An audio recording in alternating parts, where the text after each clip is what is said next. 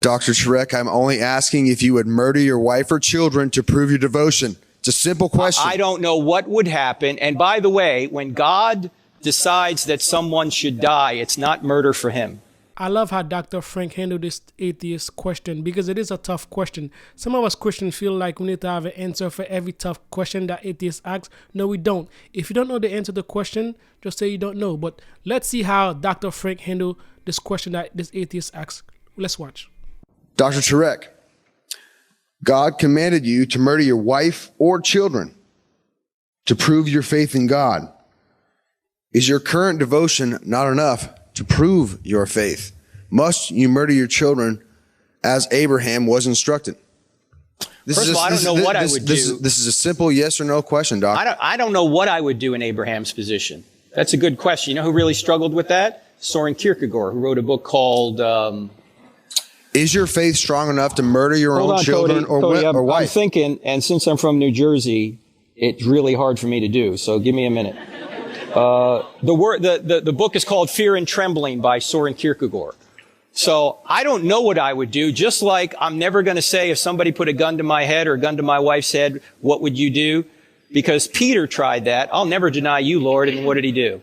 He denied him 3 times. Yes, at the crucifixion. I don't know what I would do, okay? But let me point out, if your friend is an atheist, there's nothing wrong with God doing anything because by atheism, there's no standard of right and wrong anyway. So in order for you to bring up the objection, you're actually stealing a standard from God in order to try and say God doesn't exist. Dr. Turek, I'm only asking if you would murder your wife or children to prove your devotion. It's a simple question. I don't know what would happen. And by the way, when God decides that someone should die, it's not murder for him.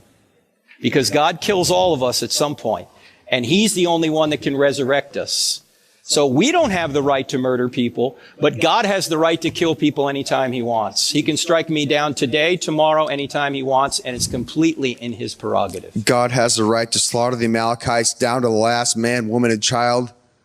God has the right to take us out anytime we want, because if Christianity's true, men don't really die, we just change location. And God can do that anytime he wants. So thank you for your question.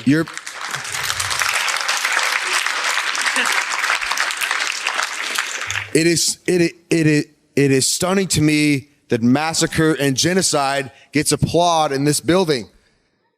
God demands slaughter, massacre, and genocide. All right, Cody, there's nothing wrong with genocide if atheism's true.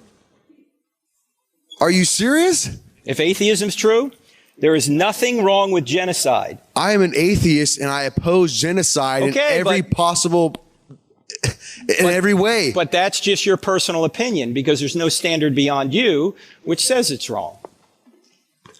The standard that says it's correct, that I will help my fellow human up to and including you, especially you, doctor, that I would never harm anyone in this room. Okay, I'm glad. Atheism, Cody, are you suggesting that atheism allows or purports or wants genocide? I know you wouldn't say, you would never say that. Yes, atheism does allow it. You can ask Mao, you can ask Stalin, you can ask Pol Pot, because if there is no authority beyond the government, they are God. I could not possibly agree. I could not possibly disagree that those people were atheists. But as Richard Dawkins and Christopher Hitchens would both argue, as you well know, none of those people slaughtered millions in the name of atheism. There are countless millions. All right, Cody, this isn't a debate, okay? I know. I thank you for being here. Doc. But let me deal, because Cody, I love talking about this stuff, but there's a line of people behind you, and so we can't keep going back and forth. But I do want to answer your question about the Canaanites. Is God immoral for massacre, slaughter, and racism and slavery? Cody, look, we don't have time to deal with all those. Trust me, I have slides for every one of them, okay?